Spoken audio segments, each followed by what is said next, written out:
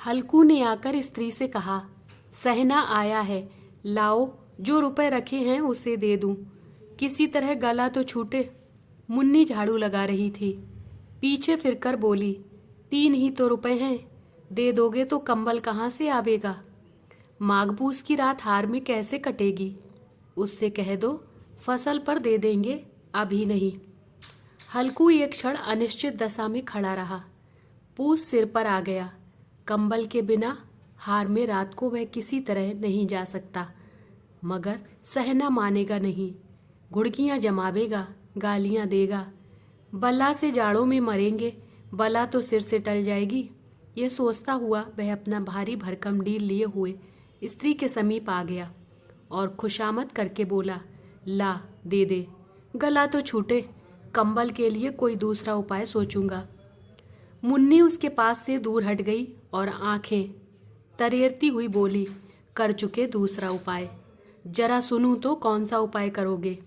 कोई खैरात दे देगा कंबल, ना जाने कितनी बाकी है जो किसी तरह चुकने ही नहीं आती। मैं कहती हूँ तुम क्यों नहीं खेती छोड़ देते? मर मर कर काम करो, उपज हो तो बाकी दे दो। चलो छुट्टी हुई, बाकी चुकाने के लिए ही तो हमारा जन्म हुआ है। पेट के लिए मजूरी करो, ऐसी खेती से बाज आए। मैं रुपया ना दूंगी, ना दूंगी। हल्कू उदास होकर बोला, तो क्या गाली खाऊं? मुन्नी ने तड़प कर कहा, गाली क्यों देगा, क्या उसका राज है? मगर यह कहने के साथ ही उसकी तनी हुई भौएं ढीली पड़ गईं। हल्कू के उस वाक्य में जो कठोर सत्य था, वह मानो एक भीषण जंतु की भांति उसे घूर रहा था। उसने जाकर आले पर से रुपए निकाले और लाकर हल्कू के हाथ पर रख दिए। फिर बोली, तुम छोड़ दो अब की से खेती। मजूरी में सुख से एक रोटी तो खाने को मिलेगी, किसी की धौंस तो न रहेगी। अच्छी खेती है, मजूरी करके लाओ, वह भी उसी में झोंक दो, उस पर धौंस। हल्कू ने रुपए लिए और इस तरह बाहर चला मानो हृदय निकाल कर देने जा रहा हो। उसने मजूरी से एक एक पैसा काट कपट कर 3 रुपए कंबल के लिए जमा किए थे। वह आज निकले जा रहे थे। एक एक पग के साथ उसका मस्तक अपनी दीनता के भार से दबा जा रहा था। पूस की अंधेरी रात, आकाश पर तारे भी ठिठुरते हुए मालूम होते थे। हल्कू अपने खेत के किनारे ऊख के पत्तों की एक छतरी के नीचे बांस के खटोले पर अपनी पुरानी गाड़े की चादर ओढ़े पड़ा कांप रहा था। खाट के नीचे उसका संगी कुत्ता जबरा पेट में मुंह डाले सर्दी से कूं कूं कर रहा था। 2 में से एक को भी नींद न आती थी। हल्कू ने घुटनियों को गर्दन में चिपकाते हुए कहा, क्यों जबरा, जाड़ा लगता है?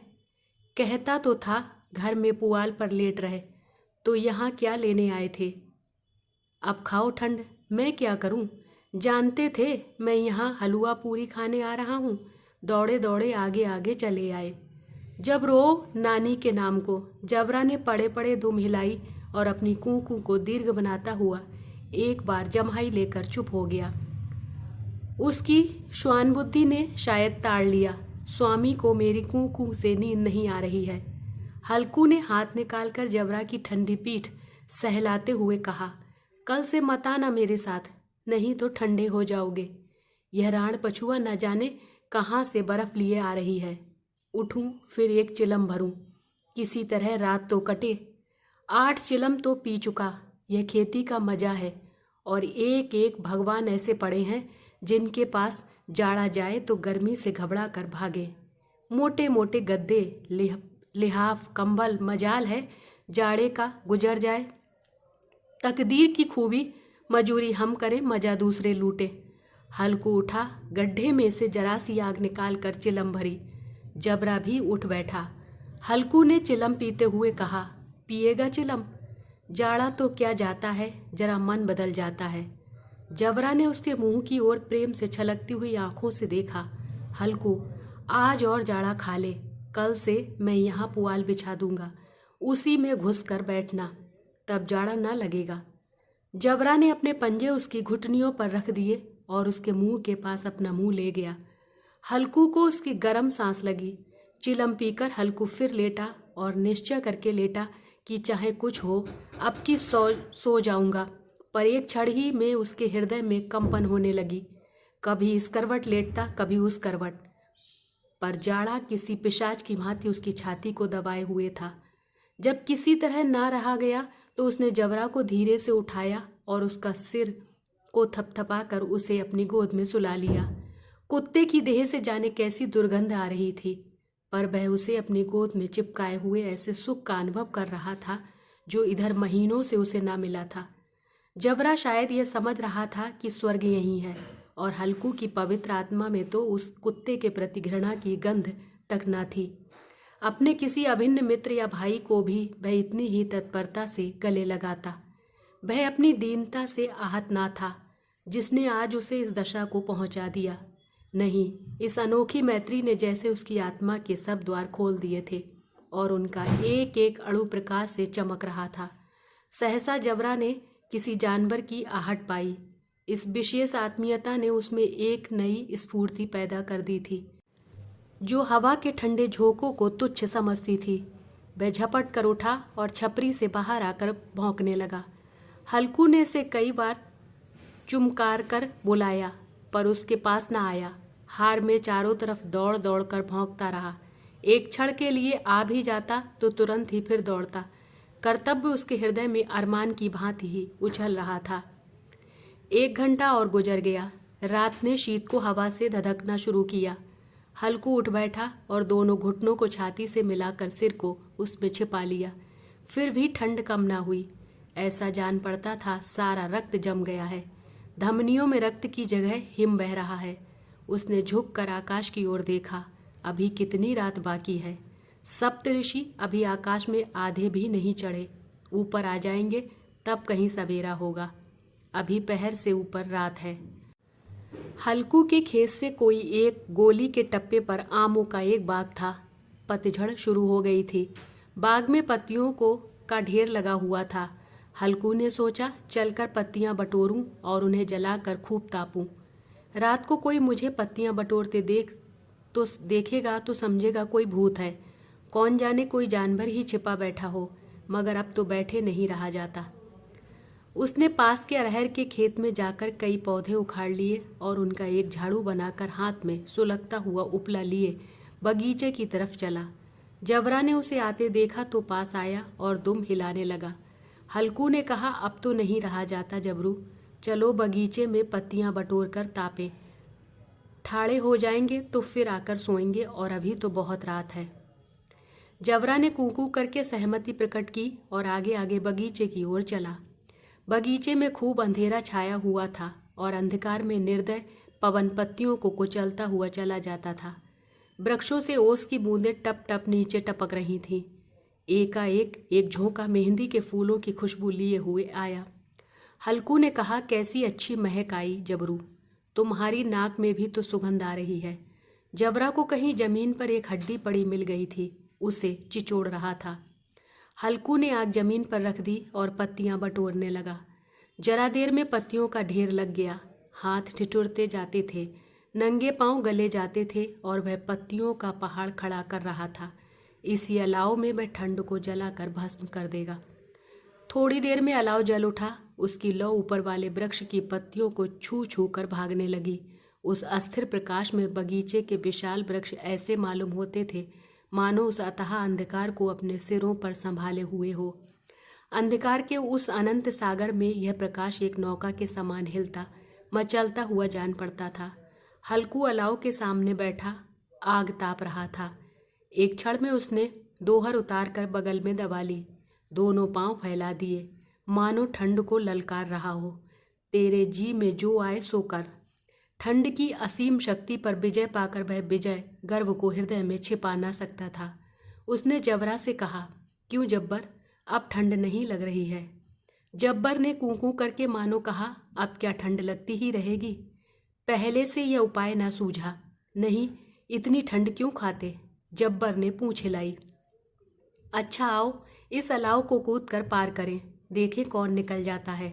अगर जल गए बच्चा तो मैं दवा ना कराऊंगा। जब्बर ने उस अग्नि राशि की ओर कातर नेत्रों से देखा। मुन्नी से कल ना कह देना, नहीं तो लड़ाई करेगी। यह कहता हुआ वह उछला और उस अलाव के ऊपर से साफ निकल गया। पैरों में जरा लपट लगी, पर वह कोई बात ना थी। जबरा आग के गिर्द घूम कर उसके पास आ खड़ा हुआ। हल्कू ने कहा, चलो चलो, इसकी सही नहीं, ऊपर से कूद कर आओ। वह फिर कूदा और अलाव के इस पार आ गया। पत्तियां जल चुकी थीं, बगीचे में फिर अंधेरा छा गया था। राख के नीचे कुछ कुछ आग बाकी थी, जो हवा का झोंका आ जाने पर जरा जाग उठती थी, पर एक क्षण में फिर आंखें बंद कर लेती थी। हल्कू ने फिर चादर ओढ़ ली और गरम राख के पास बैठा हुआ एक गीत गुनगुनाने लगा। उसके बदन में गर्मी आ गई थी, पर ज्यों ज्यों शीत बढ़ती जाती थी उसे आलस से दबाए लेता था। जबरा जोर से भौंक कर खेत की ओर भागा। हल्कू को ऐसा मालूम हुआ कि जानवरों का एक झुंड खेत में आया है। शायद नीलगायों का झुंड था। उनके कूदने दौड़ने की आवाज़ें साफ कान में आ रही थीं। फिर ऐसा मालूम हुआ कि खेत में चर रही हैं। उनके चबाने की आवाज़ पर चर चर सुनाई देने लगी। उसने दिल में कहा, नहीं, जबरा के होते कोई जानवर खेत में नहीं आ सकता। नोच ही डाले, मुझे भ्रम हो रहा है। कहाँ, अब तो कुछ नहीं सुनाई देता। मुझे भी कैसा धोखा हुआ। उसने जोर से आवाज़ लगाई, जबरा जबरा। जबरा भौंकता रहा, उसके पास ना आया। फिर खेत के चरे जाने की आहट मिली। अब वह अपने को धोखा ना दे सका। उसे अपनी जगह से हिलना जहर लग रहा था। कैसा दंदनाया हुआ था। इस जाड़े पाले में खेत में जाना, जानवरों के पीछे दौड़ना असहाय जान पड़ा। वह अपनी जगह से ना हिला। उसने जोर से आवाज़ लगाई, ली हो ली हो ली हो। जबरा फिर भौंक उठा। जानवर खेत चर रहे थे। फसल तैयार है, कैसी अच्छी खेती थी, पर ये दुष्ट जानवर उसका सर्वनाश किए डालते हैं। हल्कू पक्का इरादा करके उठा और 2-3 कदम चला, पर एकाएक हवा का ऐसा ठंडा चुभने वाला बिच्छू के डंक का सा झोंका लगा कि वह फिर बुझते हुए अलाव के पास आ बैठा और राख को कुरेद कर अपनी ठंडी देह को गरमाने लगा। जबरा अपना गला फाड़ डालता था। नीलगायें खेत का सफाया किए डालती थीं और हल्कू गरम राख के पास शांत बैठा हुआ था। अकर्मण्यता ने रस्सियों की भांति उसे चारों तरफ से जकड़ रखा था। उसी राख के पास गरम जमीन पर वह चादर ओढ़कर सो गया। सवेरे जब उसकी नींद खुली तब चारों तरफ धूप फैल गई थी और मुन्नी कह रही थी, क्या आज सोते ही रहोगे?